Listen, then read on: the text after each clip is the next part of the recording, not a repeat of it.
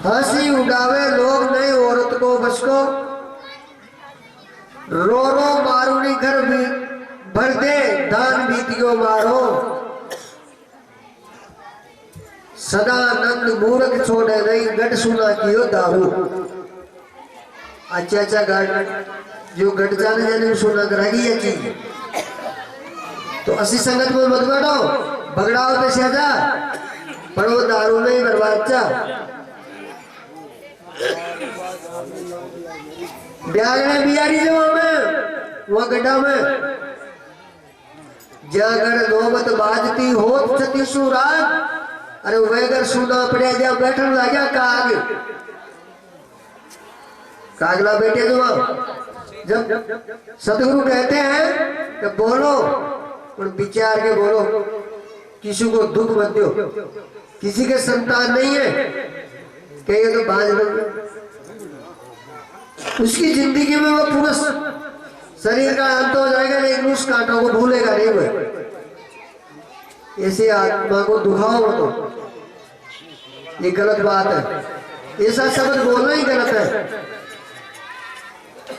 बोलो विचार के बोलो, बोलो बोलो विचार।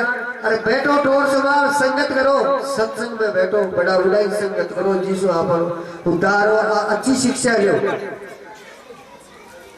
राग द्वेष मत करो, जातिवाद मत करो, यो कलेश को मोड़ से यीशु भक्ति का लक्षण बोलिए। बोलो बोलो विचार, बैठो टोर सुमार, कहे कबीर ऐसा दास की कभी ना आवे हार। ऐसा दास की कभी ना हार बोलो ना, कोई लूट वालों ही बोलो।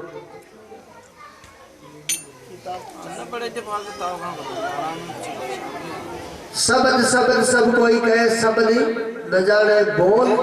अरे हीरा तो दामा मले शब्द का मोलन तोल। शब्द को कोई मोल तोल नहीं, को शब्द की पहचान होनी चाहिए। शब्द की पहचान जो कर लिया वो निर्भय हो जाए। राजा भरतरी जी ने शब्द की पहचान करी थी, राजपाट पल में त्याग गया। सत्संग पल में पहचान लिया वे, सत्संग का ये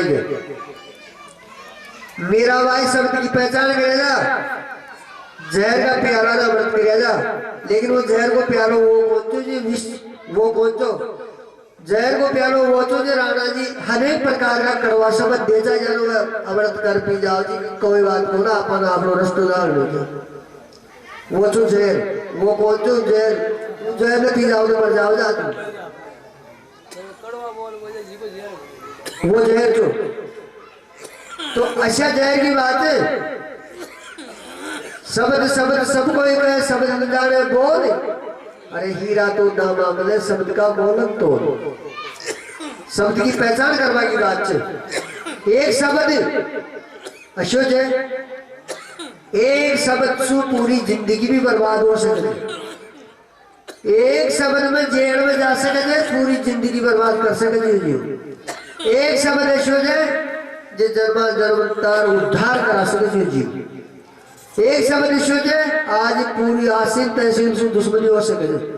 एक शब्द ईश्वर है, एक शब्द में पूरी आसीन तहसील से व्यवहार हो सके।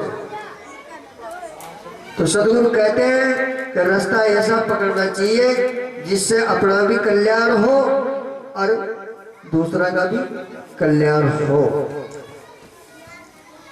संगत कीजिए साध की हरे और की व्याधि। संगत साधु की करनी चाहिए, असाधु की संगत अच्छी नहीं है। असाधु डूबने वाला है, ये पक्की बात है। गुरुआ लोग बहुत से जगत में सतगुरु बड़े दुर्लभ से मिलते हैं। पहले बड़ा प्रारंभ पाचे बने शरीर, प्रारंभ कर्म सुई ये गाड़ी बनी है, ये शरीर प्रारंभ कर्म से है। अब वर्तमान का कैसा करता है उससे आगे के लिए वर्तमान का कर्म सुधारना चाहिए मानव को। प्रारंभ कर्म से दुख सुख होता है, इसको मेटने वाला कोई दूसरा नहीं है। बहुबंधन से बांधिया एक बेचारा जीव, केवल छूटे आप कह छुड़ावे पीयू। पीयू कहते हैं सदगुरु को क्या तो आपका बल से सुनता है। ये कोई भी कर्म को अगर ये छोड़ता है और पकड़ता है ना तो खुद का बल से पकड़ता है। और कह जुड़ा हुए पीऊ सतगुरु की शरण में जाओ, सत्य राज बतावे, उड़ाइश में अगर चाले तो सतगुरु छुड़ा दे। एक ओगणसु अनेक ओगण पैदा और एक गुणसु अनेक गुण पैदा। आज एक भगत जी आए थे, वो बोल रहे थे मैंने खूब शराब पी, खूब पी, बीवी बच्चे परेशान थे, जर्दा गुटखा मांस मदिरा खाया, परिवार परेशान था, खूब समझा लिया नहीं बैठी बात। लेकिन कहते हैं कि समय की घड़ी भी कुछ और होती है। समय जब आती है ना तो समय की पहचान होनी चाहिए। पहली बात तो समय और समझ एक साथ नहीं रहती है। जब समझ होती है वो समझ निकल जाती है, जब समय रहती है समझ नहीं आती है, और समय और समझ एक जगह हो जाती है तो अच्छी बात होती है। तो बोल रहे थे मैं बर्बाद हो गया, लेकिन गुरु महाराज जी कृपा से जब से मैंने उसका त्याग किया आज जय जयकार है। तो ओगण छोड़ या पता लगता है कि वास्तव में ये चीज गलत है सही है। जब तक शराबी शराब पीता उसको अच्छी लगेगी, उसका त्याग कर दिया तो वो बेकार लगेगी। इसी प्रकार से बीड़ी पीने वाला व्यक्ति बीड़ी पीता है, अगर उसका त्याग कर दिया तो उसको लगेगी कि वास्तव में बेकार थी। जब तक पीता रहेगा वहां तक बेकार नहीं लगेगी। एक व्यक्ति विदेश चले गया, बचपन में छोटा से बड़ा हुआ ही हुआ।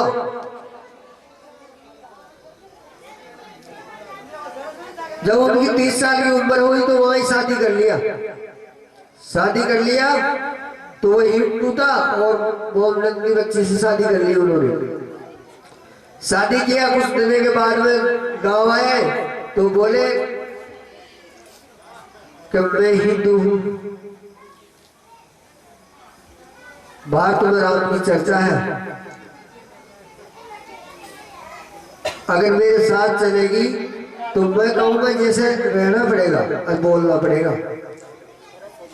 वहां से दोनों मियां बीवी गांव आए तो पहले विदेश में बहुत कम जाते थे लोग, वो आए तो आते पूरे बस्ती वाले इकट्ठे हो गए, आज तो फलान जी का बच्चा आया, फलान जी का बच्चा आया। तो कोई राम राम श्याम करे, कोई ढोक दे, तो वो समझा के लाया उसको। कोई भी आया राम राम किया, राम राम कर लिया, कोई भी माता बहन आई ढोक प्रणाम की तो वह कहता है खुशी रखो आपको भगवान, और वह कहती है क्या कि अल्लाह खुशी रखो आपको। उसका जीव घुटता चला गया कि इसको इतना समझा के लाया था फिर भी अल्लाह खुशी रखो। सब बस्ती वाले बिछड़ गए। उसके बाद में पूछते हैं कि मैं आपको इतना समझा के लाया था कि आपको राम की ही चर्चा करनी है, फिर भी आप बोल रहे हैं कि अल्लाह खुशी रखो। कि देखो जी आपके साथ तो शादी होने के बाद में सिर्फ 2 साल से साथ में हूं, मेरे माँ बापों के साथ में बचपन से 30 साल की उम्र तक उनके साथ रही और ठोक ठोक के अल्लाह अल्लाह अल्लाह भर दिए, तो 2 साल में कैसे निकल जाएंगे। तो ये अनादिकाल से इस जीव के ऐसे भ्रम डला हुआ है। ईश्वर ब्रह्म परमात्मा देवी देवता जातिवाद ये अनादि से डला हुआ है, तो ये एक साथ नहीं छूटेगा। ये सत्य पहाड़ियों की सत्संग में ही ये छूट पाएगा, ऐसे नहीं छूट पाएगा। ऐसे तो बंधन में बनते रहो और गाते रहो, कोई मिलने वाला नहीं है। गा गा के बहुत गा लिए, बहुत गाए, कोई सार नहीं है। गाना हुआ है भजन ऐसा गाओ ऐसा सीखो जिससे अपना उद्धार हो, दूसरा भी सुने, अपन भी सुने, समझ में आएगा। तो वास्तव में ये ओगड़ों को दूर करने वाले हैं। जिस भजन में कोई गुण ही नहीं है, ओगड़ों को दूर करता ही नहीं वो शब्द और निपटाता है। प्रधान जी भी भक्ति करे और नीलकंठ जी भी करे और मोकड़ जी भी करे, सारो देश ही कर लियो लेकिन आप आई गया, सारो देश ही कर लियो लेकिन आप आई गया। भक्ति भारत जुगा जुगोसु वीरों की प्यारी, कायरिया में कामन दे बात करे न्यारी। भक्ति भारत में जुगा जुगोसु से आज सुबह, लेकिन भक्ति की बातें और से वह का नेम जो धारण करे न जन भक्ति मानी जाओ छे। असल संत देखे आप और प्रवचन सुने, इनको कहते हैं संत। हम तो नाली के कीड़े हैं, ये बोगों में फंसे हुए हैं और कहते हैं महाराज गृहस्थी से बड़ी, ठीक से गृहस्थी बड़ी है लेकिन गृहस्थी को पालन तो चालू जाओ, जाना जाएगा अपन जाना। शादी हमारे गृहस्थी तक है, 100 बीघा जमीन गृहस्थी तक है, वो गृहस्थी को नीम अलग ही से, एक या 2 संतान, उसके बाद में त्याग।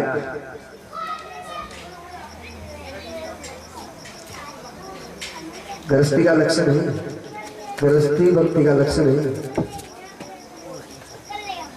त्याग ये नहीं है कि आप वन में चल जाओ और रह जाएंगे घर पे, वह भी त्याग नहीं है।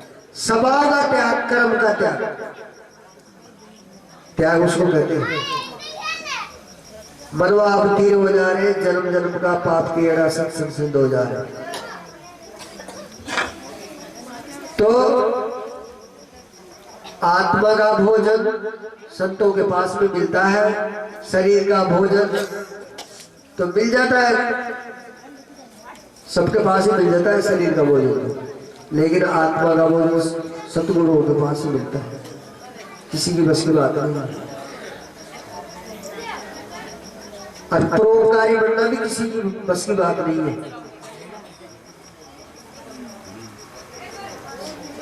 इतने पहली बात तो अपने इतने विचारों से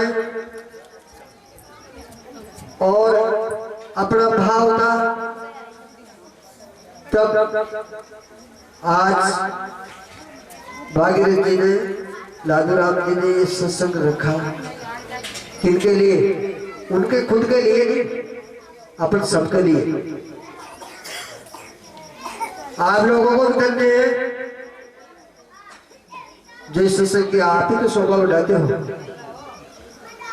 देखो बहुराज जी भाई साहब टेंट की सेवा दे दिया, 10-20 हजार में चावड़ी लुटा दी आदमी दारू पानी में, लेकिन सत मार्ग के लिए कोई लाग सके न कर सके। ये आत्म वसूल मन पलट जाओ जगह लो बाबा 10 गड़ा का देगा 50 रुपया 10। तो ऐसी भावना की बात है, यो कटबो बड़ो दुर्लभ है। कुमारक के लिए तो कहीं भी खर्च कर सके जी, कुमारक तो बहुत बढ़िया लगे, और वो भी तो कोई स्कूल भी कौन, लेकिन पेन भी कड़ा कटा सुहार ले आओ, ओगड़ा तो कड़ा कटा सुहार ले आओ।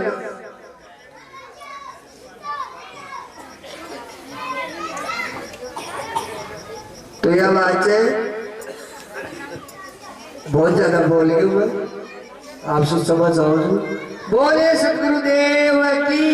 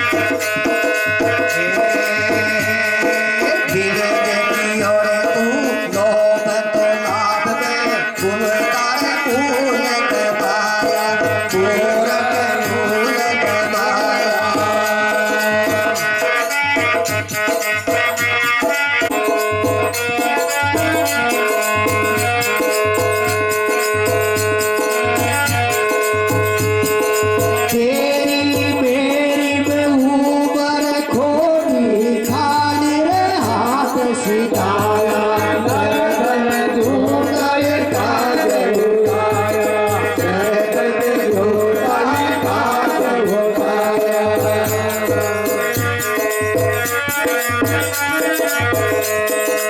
उमर बीती भूल परम में झूल गगरा खाया नर्तन झूठाए कबीर ने जो सचर संगत में गुरु जी पाया उजता है कबीर सतगुरु आया पूरी जी अवसर जी को पाया नर्तन झूठाए काज उठाया नर्तन झूठाए काज उठाया झूठाए काज उठाया उमर बीती भूल परम में झूल गगरा खाया नर्तन झूठाए काज उठाया नर्तन झूठाए काज उठाया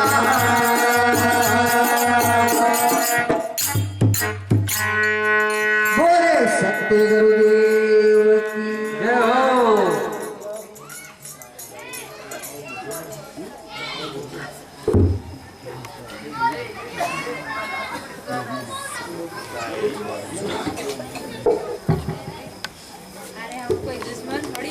बाहर आओ हो हजूर ठाड़ कह दो तई क्यों दो के जन्म गवाओ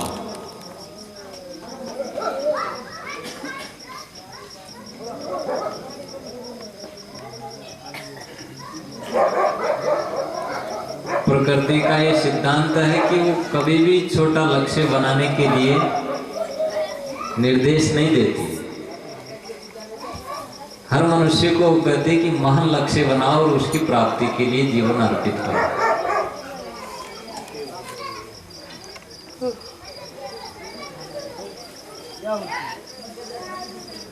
प्रस्तुत साखी में सदगुरु कह रहे हैं कि सोई कहता सोई होगी, जैसा कहोगे वैसा बन जाओगे।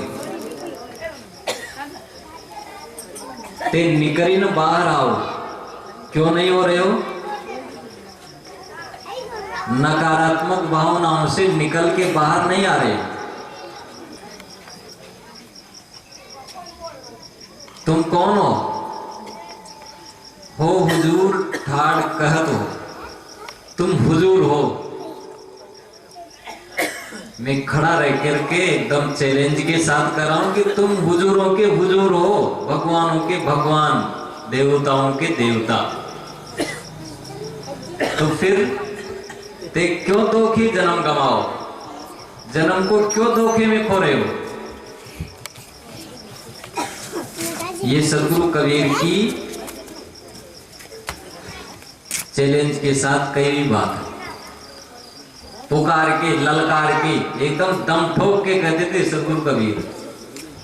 उनमें भय नाम की कोई चीज नहीं थी। इतिहास में वो ऐसा पुरुष रहा कबीर कि उसको भय छुआ नहीं। डंके की चोट हर बात का, चौराहे पर, जबकि उसके पास न कोई ऊंची जाति थी, न विद्या थी, न धन था, न कोई जनसमूह था, न उसके पास शासन सत्ता थी। लेकिन फिर भी वो जिस बात को कहता दम ठोक के कहता, निर्भय होके, क्योंकि वो खुद के साथ थे।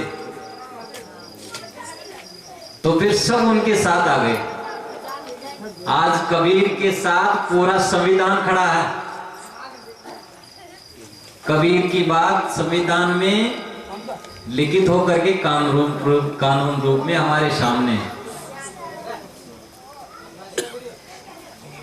उन्होंने सारे पाखंडों को बुआरा, समाज में आए विकृतियों को दूर किया, मानव समानता का सिंहनाद किया। कि सब मनुष्य समान है। झूठे गर्भ भूलो मत कोई, हिंदू तुर्क झूठ कुल दोई। झूठे गर्भ में ना भूलो, हिंदू और तुर्क ये झूठे कुल है। असलियत को समझो। कहे कबीर राम रम रहिए, हिंदू तुर्क न कोई। राम में रमो, न कोई हिंदू है न कोई तुर्क है, सब समान है, सब समान है।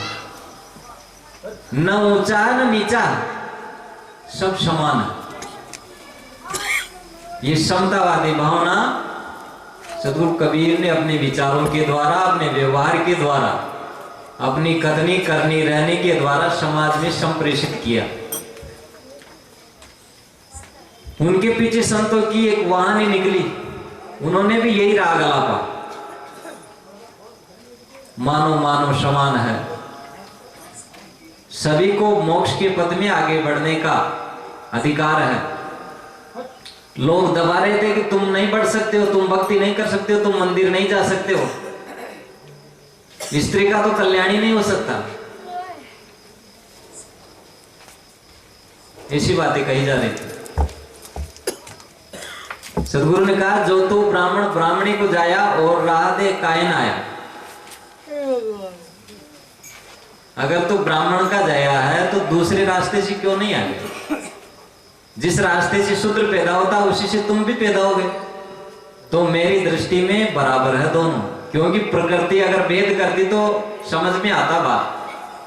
प्रकृति के जन्म से अगर ब्राह्मण अलग रास्ते से आता, शूद्र अलग रास्ते था, तब तो मैं मान लेता। लेकिन एक ही तो तरह से सब दोनों जन्म रहे, तो फिर अलग कैसे हो गए?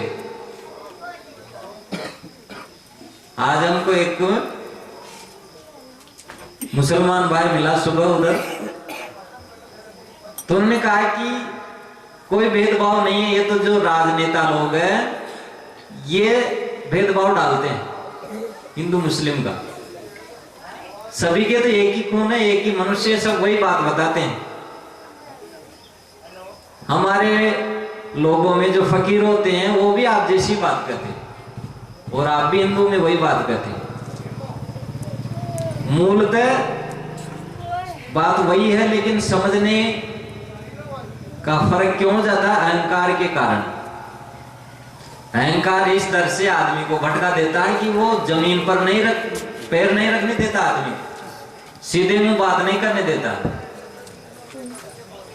वो आदमी की इतनी मट्टी पलीत कर देता है कि आदमी को वो शान से नहीं जीने देता, परेशानी में जीता। एक शान में जीना, एक परेशानी में जीना। परेशानी में जी रही है दुनिया। शान से वही जीता जो अपने आप में रहता, जिसने अपने को पहचाना, अपनी कीमत जाना। जो अपनी कीमत जानता वो दूसरे की कभी भी कीमत घटा के नहीं आकेगा। मैं मनुष्य हूं, दूसरा भी मनुष्य है। मेरे अंदर भगवत तत्व है तो दूसरे के अंदर भी वही तत्व है। अब वो किसी ब्राह्मण या क्षत्रिय की भगवती नहीं है कि वो उसी के अंदर है, सबके अंदर है वही। पुरुष में भी है तो स्त्री में भी वही तत्व है, साधु में है तो गृहस्थ में है, सब में वही है। क्या साधु ही कल्याण कर सकते हैं, गृहस्थ नहीं कर सकते? क्या पुरुष ही कर सकते, क्या स्त्री नहीं कर सकते? जब सबको दुख होता है तो सभी दुखों से मुक्त हो सकते हैं।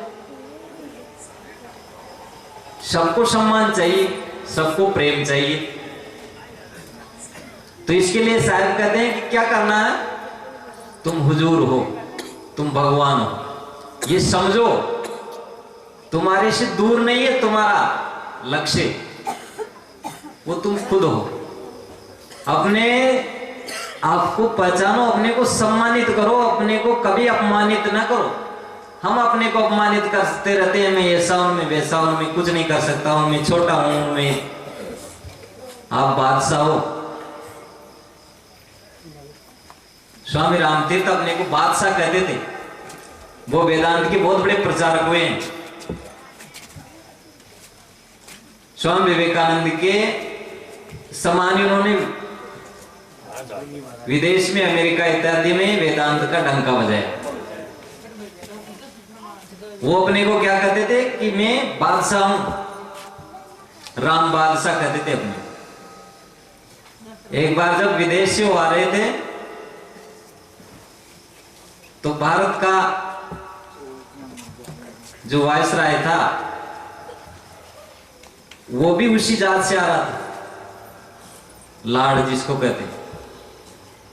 उनको पता चला कि भारत का बादशाह इसमें जा रहा, वो भी उसी में जा रहे। उन्होंने तुरंत अपनी टिकट कैंसिल करवा दी। लोगों ने कहा कि क्यों स्वामी जी, कि दो बादशाह एक जहाज में नहीं जा सकते। मैं बादशाह हूं अपने आप में, दो बादशाह एक साथ नहीं जा सकते। ऐसे पकड़ अलमस्त थे वो एक घड़ी से खेलते रहते थे हमेशा, मस्त मौलाते मस्त।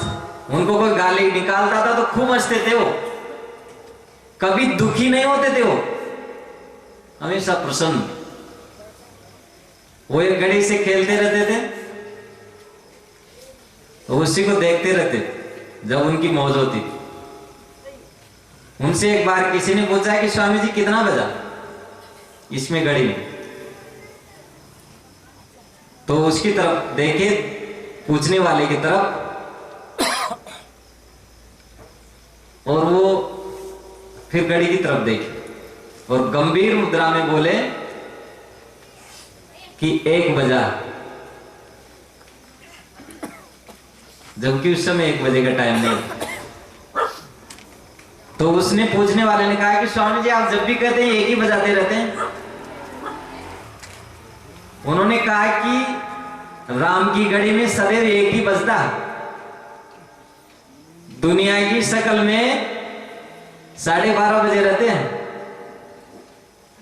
मेरी घड़ी में हमेशा 1 ही बजा रहता है। बस केवल मैं 1 को देखता हूं, वो मैं हूं, मेरे सिवाय मुझे कोई दिखाई नहीं देता, बस केवल मैं। इस अद्वैत को मानते थे अपने आप को। लोग दूसरों को देखते हैं इसलिए उनकी शक्ल में 12:30 बजे रहते हैं, मुरझाए रहते हैं, अशांत रहते हैं, व्याकुल रहते हैं, चिंतित रहते हैं, क्योंकि दूसरों को देखते रहते हैं। पड़ोसी है, धन है, मान प्रतिष्ठा, इन्हीं को देखते रहते, कुमलाए रहते हैं, अशांत रहते हैं। बड़े बड़े धनी तनाव में रहते हैं, अशांत रहते हैं, गरीब रहते हैं, भिखारी रहते हैं, अशांत होकर मरते हैं, क्योंकि पहचाना नहीं अपने। खुश होने के लिए केवल अपना होना खूब है, बस और ज्यादा चीज नहीं चाहिए। प्रसन्न रहने के लिए अपने आप का होना ही खूब है, बस केवल नंगे रूप में आप हो, आपके पास वही खूब है। अब आपके पास धन हो, प्रतिष्ठा हो, लड़का हो, बच्चा हो, शोहरत हो, ये कोई बहुत बड़े मायने की चीज नहीं है। आप आपके साथ हो, आपके प्रसन्न होने के लिए आपका होना खूब है, इसलिए अपने को याद करके सदैव प्रसन्न रहिए। कभी दुखी नहीं होना, क्लेश नहीं रखना जीवन में। क्यों था क्लेश? इसकी एक न खाने का ठिकाना, न सोने का ठिकाना, कुछ भी ठिकाना नहीं, पता नहीं भोजन मिला कि नहीं। लेकिन वो सड़क पर भी सोता, आराम से सो जाता। हमको घर में नींद नहीं आती, वो सड़क पे आराम से सोता। कितना बड़ा बादशाह वो कुत्ता। कभी भी कोई आवाज आती है तो आंख खोल के देख लेता, फिर सो जाता। इतना बड़ा बादशाह। गाय आराम से सड़क पर बैठी रहती है। मनुष्य के पास बुद्धि ज्यादा है, इसलिए व्यथित है, बहुत ज्यादा सोचता है, जरूरत से ज्यादा। तो फिर उनका चून गड़गड़ाए तो खाओ, लो तुम खाओ। भजन में भी सुन रहे थे कि चून गड़गड़ा खा गया। बुद्धि वैसी है, गड़गड़े तो खाएंगे, मनुष्य थोड़े खाएंगे, भगत नहीं खाएंगे उसके, गड़गड़े खाएंगे, गड़गड़े आएंगे उसके। कबीर माया जाता है, सुनो शब्द निजमोर, दाता के कर साधुजन, सुमो के कर चोर। सतगुरु ने कहा कि माया तो जाएगी, वो रुकेगी नहीं, लेकिन दो तरीके से जाएगी वो। दाता के घर साधुजन, सुमो के घर चोर। दाता के घर तो, भक्त के घर तो, दानी के घर तो साधु संत रहेंगे, और सुमो के घर चोर, सोम के घर चोर रहेंगे। उसका दाग लगाए रहेंगे, भाई ये बहुत कंजूस है, बहुत पैसा है इसके पास, तो चोर घूमेंगे इधर उधर उसके। या तो चोर ले जाएगा, या अग्नि में जल जाएगा, या इनकम टैक्स वाले ले जाएंगे। दान जो उत्तम उपयोग है धन का, वो नहीं कर पाएगा। उत्तम प्रयोग तो विवेकी करता है। वो इस नाश होने वाले धन से अविनाशी की प्राप्ति कर लेता। वो यही नष्ट कर नहीं करता इस धन को, इस धन से वो अविनाशी की प्राप्ति में सहायक बना लेता उसको। कबीरा सोदन संचिए जो आगे को होई, शीश उठाए गांठड़ी जात न देखा कोई। उस धन का वो संचय करता है जो आगे काम देता। कहते हैं कि बीरबल एक बार अकबर से बातचीत कर रहे थे, तो अकबर ने कहा कि जाओ बीरबल, ये जो 1 रुपया है इसका छुट्टे करा के लाओ, और इसकी ये चीज लेके आना। का क्या लेना? उसने कहा कि 4 आना का तो ले आना अब का, वो 4 आना का ले आना तब का, वो 4 आना का अब का न तब का, वो 4 आने वापस ले आना। हाँ, पहले और मंत्रियों को भेजा तो मांगे भाई अब का दे दो, तब का दे दो। कि अब का तब का क्या होता? सब खाली आठ बोलता है। बीरबल गया 1 रुपया लेके, तो एक मिठाई की दुकान पर जाता हो। उन्होंने कहा कि ये 4 आना की मिठाई दे दो। वो मिठाई ले आया। एक जगह वेश्या का नाच हो रहा था, रंडी नाच रही थी। वहां गया तो वहां 4 आना दे आया। एक जगह एक गरीब व्यक्ति था, बड़ा दुखी था, उसको 4 आना की सहायता करके आ गया। ऐसे 12 आना खर्च करके आ गया। अकबर ने पूछा कि ले आए बीरबल? हाँ का हुजूर ले आए। कलाओ। तो उन्होंने 4 आना की मिठाई देते हुए कहा कि हुजूर ये तो लीजिए अब का। कि इसका क्या मतलब? कहीं अभी खा लेंगे ना तो अभी काम आ जाएगी, इसलिए अब का। और तब का कहां? तब का तो मैं वहां एक गरीब व्यक्ति था, उसकी सहायता में दे आया। वो अभी काम नहीं आएगा आपके, वो तब काम आ गया समय से। उसका फल अभी थोड़ा देर से मिलेगा। होगा अब का न तब का। वो एक वेश्या नाच रही थी, उसमें दे आया। वो ना अभी काम आएगा ना तब काम आएगा, वो गया बेकार वैसे ही। ये बात समझने के लिए धन का हम किस तरह से सदुपयोग करते हैं। जीवन का भी वही हाल है। जीवन को हम खाने पीने में या नाच रंग में या धर्म में खर्च करते हैं। हमारे जीवन का समय किसमें जाता है अधिकतम? हाँ हूं में, नाच रंग में, मौज मस्ती में, या कोई परोपकार या आत्म कल्याण या पर कल्याण के काम में जाता है। जीवन उसी का धन है जो अपना कल्याण करता, दूसरों के कल्याण में सहयोगी देता, खुद शांत रहता, दूसरों को शांति देने में हेतु बनता, उसी का जीवन धन्य है। खुद लड़े, दूसरों को लड़ा दे, तो उसका क्या मतलब हुआ? खुद दुखी दूसरा दुखी, उसका जीवन बेकार है। आप सुखी दूसर सुखी, उसी का जीवन धन्य है। तो इसलिए सदगुरु कहते हैं कि सोई कहता सोई होगे। तुम जैसा कहोगे ना जीवन में, वैसा हो जाओगे। कहना तो सीखो पहले। अच्छी बातें कहो, प्रेम की बात कहो, विरोध मिटाने की बात कहो। प्रेम ना हो तब भी प्रेम की बात कहो, धीरे धीरे प्रेम हो जाएगा। घृणा मिटाने की बात करो, अच्छे विचारों का वातावरण बनाओ घर में। किसी की बुराई कर रहे तक नहीं, बुराई ना करो किसी की, विरोधी भावना ना लाओ, निंदा ना करो किसी की, ऐसा वातावरण बनाओ तो उससे वैसा ही बनेगा, फिर आपकी भी निंदा नहीं होगी।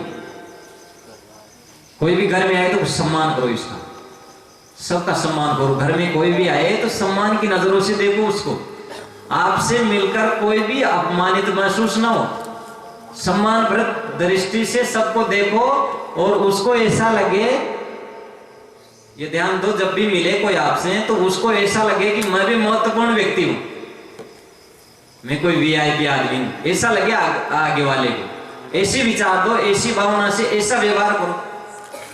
बूढ़े व्यक्ति का सम्मान करो, गरीब व्यक्ति का सम्मान करो, साधारण व्यक्ति का सम्मान करो, उसमें भी कुछ खूबी होती है। कोई भी चीज गुण से रहित नहीं है, हर चीज में गुण होता। अमंतरम अक्षरम नास्ति, नास्ति मूल मनोषधम, अयोग्य पुरुष नास्ति तत्र संयोजक दुर्लभ है, ये नीति का वचन है। अमंतरम अक्षरम नास्ति, कोई अक्षर ऐसा नहीं जो मंत्र में उपयोग ना हो, सब अक्षर काम के हैं। अमंतरम अक्षरम नास्ति, नास्ति मूल मनौषधम, कोई भी औषधि, कोई भी पेड़ पत्ता रूखड़ी जो भी जंगल में है ना, कोई भी ऐसी नहीं है जिसकी औषध ना बनती हो, सबकी बनती है, हमको पता नहीं रहता, सबकी औषध बनती है। अयोग्य पुरुषो नास्ति, कोई पुरुष अयोग्य नहीं है सर्वथा, उसमें कुछ न कुछ योग्यता होती है, परंतु एक सबसे बड़ी दुर्लभ चीज क्या है, तत्र संयोजक दुर्लभ है, इनका संयोजन करना दुर्लभ है। कौन सा पुरुष में क्या योग्यता है, इसको कहां लगाना, कौन सा मंत्र कहां फिट होगा, कौन से अक्षर में, कौन सी औषध कौन से मिल करके कौन सा रोग खत्म करेगी, ये पहचानने वाला दुर्लभ होता है। तो हर आदमी में गुण होता है, उसको हम उकेरना जाने तो, उसको खींचना जाने तो, उसकी पहचान हो और उसमें से खींचना जाने। सब में गुण होता, कोई भी गुणों से रहित नहीं है, सब में कुछ न कुछ गुण होता, किसी में विशेष अवगुण होता, तो जिसमें विशेष अवगुण होता ना उसमें विशेष गुण भी होता कोई न कोई, बस उसको शक्ति को मोड़ने और लगाने की देरी होती, लगाने वाले का मत होता। तो इसलिए साहब कहते हैं कि सोई कांता सोई होगे, जैसा कहोगे वैसा बन जाओगे। कहते हैं कि एक बार एक आवाज मत करो, माता बहने बहुत आवाज कर रही है, शांति से बैठो थोड़ी देर। एक राजा था, वो राज्य करता था, अपने महल में रहता, तो वहां उसके एक नौकर, वो नौकर रानी पर मोहित हो गया। अब बस उसका तो मन उधर ही लगा रहे। उसने अपनी पत्नी से कहा कि मुझे रानी से मोहब्बत है, तो उसकी पत्नी ने कहा कि तुम्हारी बुद्धि तो खराब नहीं हो गई, कहने मुझसे तो उसके बिना मैं नहीं रह पाऊंगा, तुम मेरे इस कार्य में सहायता करो। तो क्या मैं क्या कर सकती हूँ, तुम रानी से जाकर मेरे मन की बात बोलो। उसने कहा कि अब तेरी मौत नजदीक आ गई,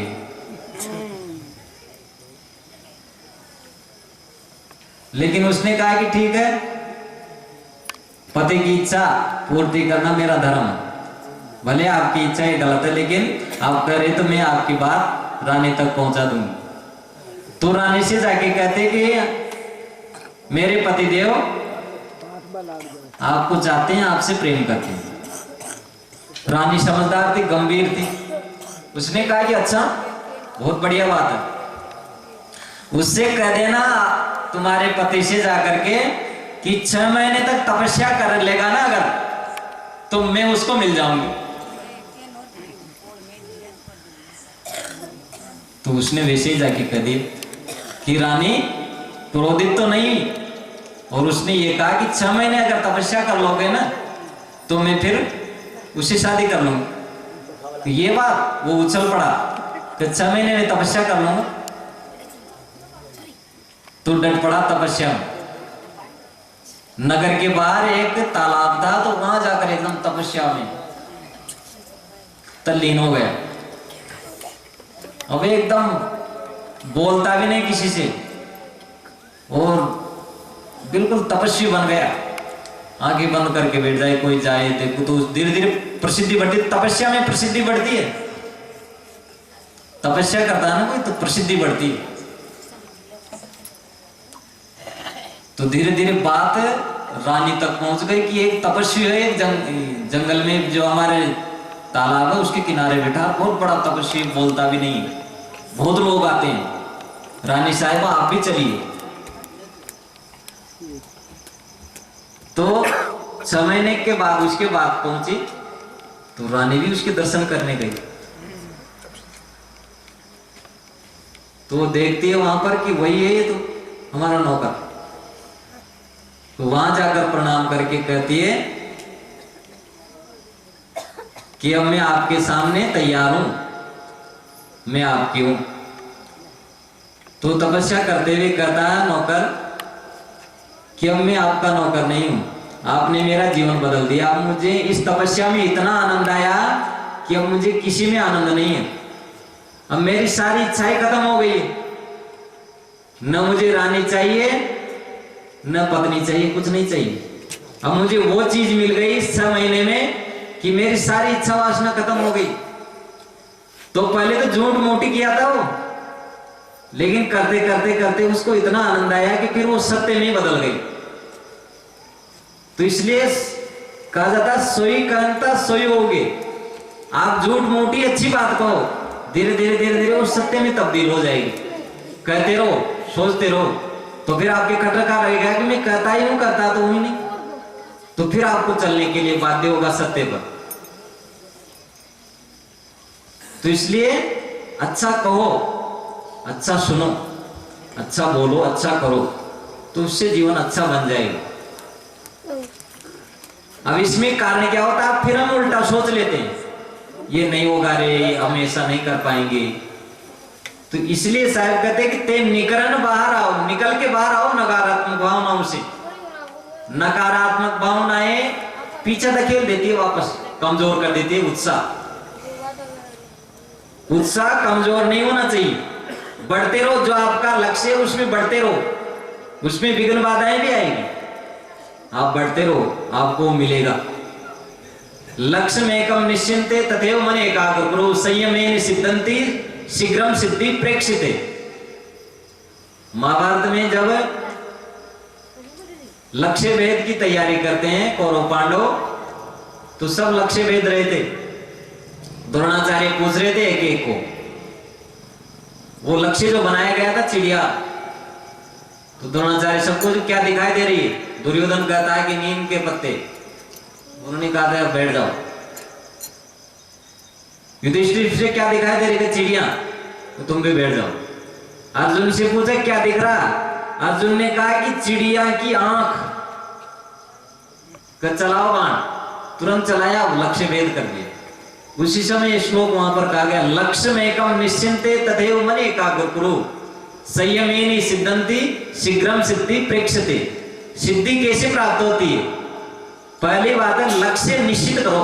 लक्ष्य में एकम निश्चिंते, एक लक्ष्य निश्चित करो। लक्ष्य निश्चित नहीं होता, कभी भीलवाड़ा जाते हैं, कभी अजमेर जाते हैं, कभी जयपुर जाते हैं, कोई मकसद ही नहीं जीवन का, तो फिर कोई भी कहीं भी नहीं पहुंचेंगे। न भीलवाड़ा पहुंचेंगे, न अजमेर, न जयपुर। 10 कदम भीलवाड़ा की तरफ, 10 कदम अजमेर, 10 कदम जयपुर, कहीं नहीं पहुंचेंगे, जहां के तय रहेंगे। एक लक्ष्य निश्चित करके बस उसी तरफ चलते रहो। लक्ष्य में एकम निश्चिंते तथैव मन एकाग्र करो, फिर उसी में मन को एकाग्र कर लो। मन के एकाग्रता में महान शक्ति है। Union is strength. संगठन में शक्ति होती है, जैसे अंगुलियां इनको चौड़ी रखेंगे इनमें शक्ति नहीं, इसको जब बांध लेंगे ना तब इसमें मुक्के में शक्ति आ जाती है। तिनको कोई बांध करके झाड़ू बन जाता तो वो झाड़ू सफाई करने में काम आता। एक दिन कैसे कर लो देखा सफाई, सबको बांध लेते हैं ना तो उससे एकाग्रता हो जाती है। हमारे मन की बिखरी हुई शक्तियों को अगर हम बांध लेते हैं ना, एकाग्रता में मान सकते हैं जितने भी बड़े बड़े विकास के काम है ये एकाग्रता की शक्ति के परिणाम है।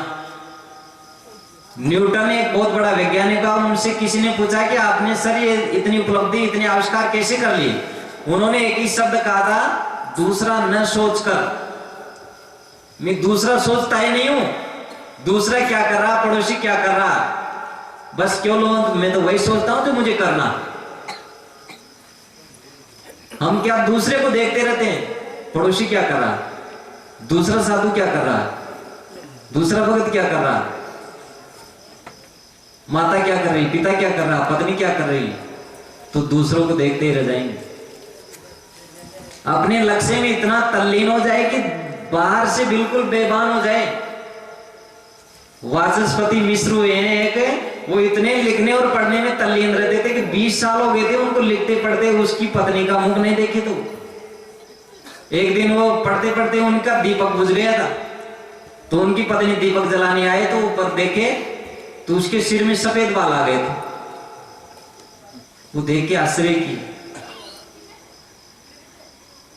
उसने कहा कि आपको तो दुनिया जानेगी, आप बड़े लेखक का विद्वान हो, मेरे को कौन जानेगा। उन्होंने उसी समय उस भाष्य का नाम लिख दिया भामती, उनका नाम था, उनकी पत्नी का नाम भामती, तो उनको भामतीकार कहा जाता, वाचस्पति मिश्र। उन्होंने उन्हीं के नाम से लिख दिया भामती, उस भाष्य का नाम आज भी है भामती। तो इतने तल्लीन रहते थे, तो बिना एकाग्रता की कोई लक्ष्य हासिल नहीं होता। कह दिया और सुन लिया और उड़ा दिया, उससे कुछ नहीं होगा। उसकी रग रग में हमारे समा जाए। सपने को साकार करने से पहले कई बार देखना पड़ता, सोचना पड़ता, चिंतन करना पड़ता। सुचिंतित चोक्तम सुविचार्यत कृतम सुजीर्णन्नम सुविचिक्षण सुत सुदीर्घ कालो अपि न विक्रियाम। अच्छी तरह से सोच करके चिंतन की हुई बात, अच्छी तरह से विचार कर किया हुआ काम, अच्छी तरह से जीर्ण हुआ अन्न, अच्छी तरह से समझाया हुआ पुत्र, अच्छी तरह से शासन की हुई नारी, अच्छी तरह से सेवा किया हुआ राजा, सुदीर्घ कालो अपि न विक्रियाम, बहुत समय तक ये विकृत नहीं होते। सोच विचार के चिंतन करके कोई भी बात निकालोगे ना तो वो गलत नहीं जाएगी। मुंह आए फेंक दोगे ना तो उसका कोई पता नहीं कहां जा रही है, कैसे बोल रहे, क्या बोल रहे। चिंतन करो, सुचिंतित चोक्तम, अच्छी तरह से चिंतन करो। पहले चिंतन में मान शक्ति होती, सुचिंतित चोक्तम सुविचार्यत कृतम, कोई भी काम करो तो खूब आगे पीछे विचार लो उसको। सुजीर्ण अन्नम, अन्न अच्छी तरह से पच जाए ना आगे वाली मीटिंग का, तब आगे वाला अन्न डालो। पहले से बिना जीर्ण में अन्न डाल दोगे तो रोग पैदा होगा। खूब पच जाए, पहले खाओ इतना कि जिस समय भोजन करे कड़ी भूख लग जाए। भोजन करते समय कड़ी भूख नहीं लगी है तो इसका मतलब है कि हमने पहले मीटिंग में ज्यादा खा लिया और फिर अब रोग खा रहे हैं बिना भूख लगे भोजन करने। तो इसलिए भूख लगे तब खाएंगे ना तो कोई भी रोग नहीं होगा। खूब भूख लगने दो, कड़ी भूख में खाएंगे एक भी रोग नहीं होगा शरीर में। तो सुजीर्ण अन्नम सुविचक्षण सुत, अच्छी तरह से शिक्षित किया हुआ पुत्र, संस्कार देंगे ना बच्चों को बचपन में तो संस्कार फलीभूत होंगे, बिगड़ेंगे नहीं बच्चे। सुशासिता नारी, अच्छी तरह शासन की हुई स्त्री, अच्छी तरह से सेवा किया हुआ राजा, ये दीर्घ काल तक चलते हैं, विकृत नहीं होते। तो कहने का मतलब है अच्छी तरह से सोचो। तो इसलिए शायद करें कि सोई कहता सोई होगे, ते निकरण बाहर आओ, नकारात्मक भावनाओं से बाहर निकलो। नकारात्मक भावना में आदमी कैसे उलझ जाता? जैसा आदमी के मन में काम करती है ना साइकोलॉजी, वही बाहर काम करती है। हम एक जगह क्या सांगानेर में कोई सत्संग थे, तो वहां पर गए। तो वहां पर एक मुआना चौराहा, तो वहां पर पास में सत्संग थी, तो वहां जाकर पहुंचे भाई। यहाँ पर वो रेलवे की फूटी पुलिया कहां पर है, उसी के पास सत्संग थी। तो चौराहे पर जाकर हम पूछे भाई फूटी पुलिया कहां पर है? तो वो सेव बेचने वाला था, ठेला लगाया हुआ था। तो उनसे जब हम पूछे कि फूटी पुलिया कहां, तो आप जानते हो क्या कहा? वो कहा 50 रुपए किलो। हमारे साथ 2-3 और संत थे। तो साहब जी पूछो इसको कहां हो जगह, कि बता रहा 50 रुपए किलो। ठीक से पूछो, मैंने कहा फूटी पुलिया कहां? 50 रुपए किलो है। उसके दिमाग में सेव कुछ भी थे, हमारे को भी वो ग्राहक ही समझ रहा था।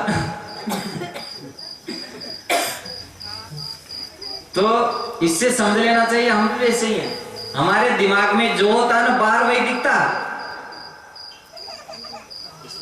दिमाग में शांति है तो संसार में शांति दिखेगी, दिमाग में क्रांति है तो क्रांति दिखेगी। दिमाग में शहर देता है, दूसरे के प्रति प्रेम है, सम्मान है, तो उसकी गलती दिखेगी ही नहीं,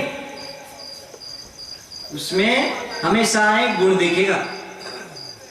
दिमाग में साइकोलॉजी वही है, बार बार उसी को जपते ये खराब है, ये खराब है, ये खराब है, तो खराब ही समझ आता है उसकी तस्वीर हमारे दिल में। और जैसे शब्द बोलते हैं, शब्दों का बड़ा असर होता है, मन पर शब्दों का बड़ा असर होता है। गुरुजी के पास एक बार शिष्य गया, तो शिष्य ने बोला कि गुरुजी आप शब्द ही शब्द की बात करते हैं, शब्द का क्या प्रभाव होता है? शब्द बोलने से कोई हो जाता है?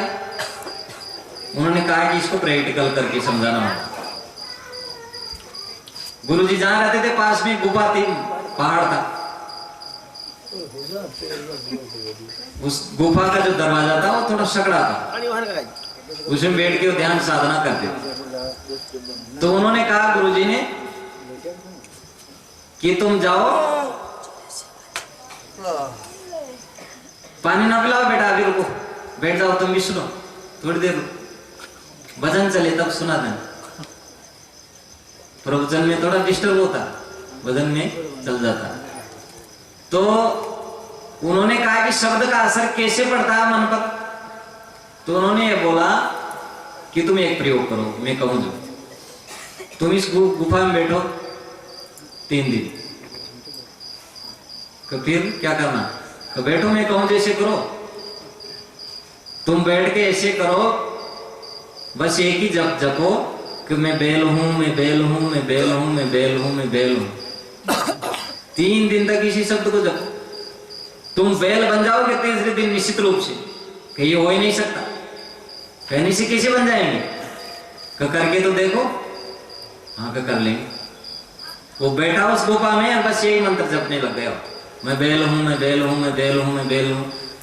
1 दिन बीता, 2 दिन बीता, 3 दिन बीत गया, वो बस यही मंत्र जपता रहा। गुरुजी तीसरे दिन जाकर उसको बाहर निकाले कि बाहर निकलो, तो वो तो उसी मंत्र में धुन रट रहा था उसकी, मैं बैल हूं, मैं बैल हूं। उन्होंने कहा कि बाहर निकलो, तो उसका मंत्र टूटा, ध्यान खंडित हुआ, और बाहर निकलता है, कहता है कि ये मेरे सींग टच हो रहे हैं इस दरवाजे में, निकला ही नहीं जा रहा। वो समझा हो गया इसका काम। तो अगर तुम मनुष्य हो, बाहर निकलो, कि नहीं नहीं मेरे सींग अड़ रहे हैं इस दरवाजे में, तो उसके दोनों कंधों को पकड़े वो गुरुजी, जोर से झिझोड़े उसको कि तुम देख, तुम मेरे जैसे मनुष्य हो, बैल नहीं हो। तो उसको होश है, अरे हाँ, वो बैल बैल कहते, उसकी पूरी आकृति बैल की हो गई थी उसकी, और उसको लगा कि मेरे सींग भी उग गए हैं, और वो टच हो रहे थे गुफा में बाहर निकलने से। ये मन पर प्रभाव होता है शब्दों का, कहते कहते सुनते सुनते यही हो जाता है। कई लोगों को कहते सुना तो मेरे जैसा खराब कोई नहीं है, तो मेरे को जाना नहीं, देखा नहीं। वो खुद को खराब कहते हैं, खुद को गाली निकालते हैं, तो खुद को कहते हैं कि मैं बहुत खराब आदमी, राक्षस हूं एकदम। तो क्यों वैसी अपनी तस्वीर बना ले हो? हम अपनी तस्वीर अच्छी बनाएं, नकारात्मक भावनाओं से बाहर निकले, सकारात्मक सोचे। दूसरा भी बहुत अच्छा, मेरे में अच्छाई के तत्व वैसे दूसरे में भी। दूसरा सम्मानीय है, मैं भी सम्माननीय हूं। हर जीव सम्माननीय है, सबको सम्मान दो। सबको आपको मिलते ही एक अपनत्व का बोध हो, प्रेम दो, सम्मान दो, आदर दो, दया दो, करुणा दो, शुभ दो, तो वही आपको लौट के मिलेगा। जो दोगे वही आपको मिलेगा। तो इसलिए साहब कहते हैं कि ते निकरन बाहर आओ, हो हुजूर ठाड़ कह तो तुम हुजूर हो। मैं खड़े रहकर कह रहा हूं कि तुम परमात्मा हो। परमात्मा तुम्हारे से अलग है ही नहीं, तुम खुद परमात्मा हो। धोखे में अपना जीवन न बिताओ। तो इसलिए हमें साहिब की इस साखी को याद रखना चाहिए कि हम अपने जीवन के बादशाह खुद हैं। हमारा भगवान हमसे बाहर नहीं है, हमारे अंदर भगवान है और शैतान भी है। जिसको जगा लेंगे वैसा ही हो जाएंगे। हम अपने भगवत तत्व को जाने और अपने जीवन का कल्याण करें। बोलिए सद्गुरु देव की जय।